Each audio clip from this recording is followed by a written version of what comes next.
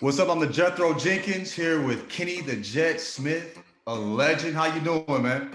I'm doing great, man. Enjoying this summer now. I'm officially on vacay. So the Bucks and the Suns are in the finals. I don't think any of us imagined this series at any point.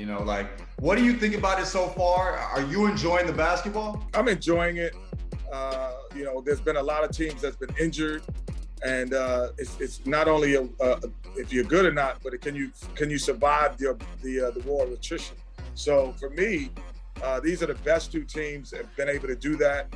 They've all had key players out at certain times, both of these teams, and they still were able to win in advance.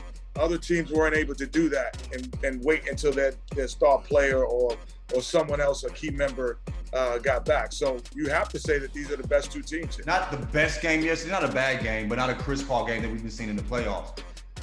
Where would you rank him in all-time point guards, and what does this mean for his legacy? Well, I think, getting to the NBA Finals, the great players have either gotten there or won it.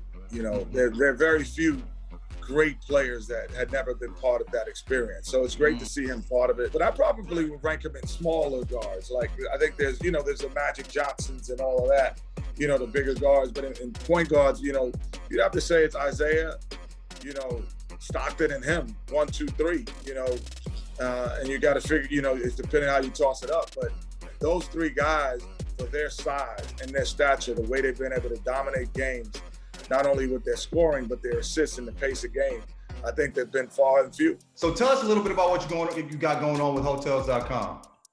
Well, it's funny because, every year, there's a winner and a loser in this final. Mm-hmm. So everyone gets to congratulate the winner, but we're gonna console the loser.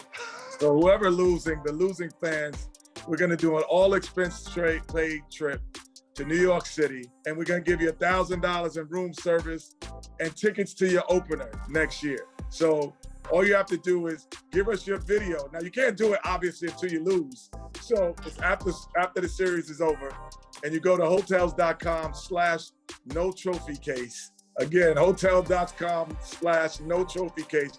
Post a video of yourself crying and being upset. We're going to console you and pick a winner, and we're going to give you a 2-night stay in New York City. Busting down 2-1, but Giannis has had, even in the blowout loss, he had 40 and 10. I think only 2 people have done that, him and Shaq. Then they said Bron might have done it too, so maybe 3 people. Has Giannis solidified his legacy, win or lose? Solidified legacy in a way of that he's a great player. I think we all know that, but there's a difference when you have NBA champion next to your name. There is a difference. The reason I'm on TNT is because I'm a 2-time NBA champion. I just wasn't a 11-year player. It's a different ring. It's a different camaraderie and a different reverence. So yeah, I think it does. It changes the complexion. NBA champion changes the complexion of who you are. So he checked himself out early in the game. I don't know if you noticed that. It was struggling to catch his breath, it seemed. Was even pacing back and forth by the tunnel. People assumed on the internet that it was an anxiety attack or that he was taking it was one of the two. That's what they said. But what did you do to manage your nerves in big games and situations? And do you think it was an anxiety attack at all? Or what was going on? What do you think? I have no idea because our job is to evaluate what you do when you step on the court. Right. And so you're always going to have some nervousness going into the game, but the preparation kind of manages it. And you're like, oh, I'm prepared. I've done my job. I've done my part. I know the scouting report. I know what we're supposed to do. I know what coach is looking for.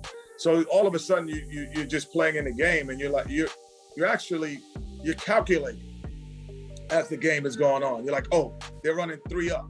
Okay, now that's my rotation over. You're not nervous. You're calculating what you're supposed to be doing on your rotations and on your offensive end. So maybe it was a bathroom break. That's what you're leaning towards. I respect that. I think there's no chance that somebody on Giannis' level is overwhelmed by the moment. I don't think that happens. And the way he's played in big moments. You can be. No, you can be if you're not prepared. Okay. So you could be overwhelmed with the moment if I'm hurt. and I'm Giannis, and I know I can't get to those rotations I'm supposed to get to. Okay. I know I'm supposed to come off this pick and roll and find Middleton on the other side, and then all of a sudden I can't do it anymore. So now I'm playing a whole different way that I've never played before, and I've never practiced it. So that could be overwhelming, but not the way he is now. No, he's not overwhelmed at all. Obviously, you worked closely with Shaq. You saw him during his career, but you played with Olajuwon, and you gave Shaq fits when Olajuwon was a young buck. How do you think that would have turned out if they would have met in their primes? I think Shaq was in his third year in the league. Like, you can't get more prime than that, almost, in a sense. I think that what Shaq was able to get, he got experience. He was in his prime. He was actually a tougher to guard, I thought, individually. But he didn't understand the experience of, how do I draw double teams? What do I do to get my other players involved? How do I make everyone around me better? He was learning that. Hakeem was in his prime, and he understood that, And so the difference to me wasn't the skill set, it was the experience set, where our guy was much more experienced, and he was coming at him and with a cerebral approach and not just a physical approach.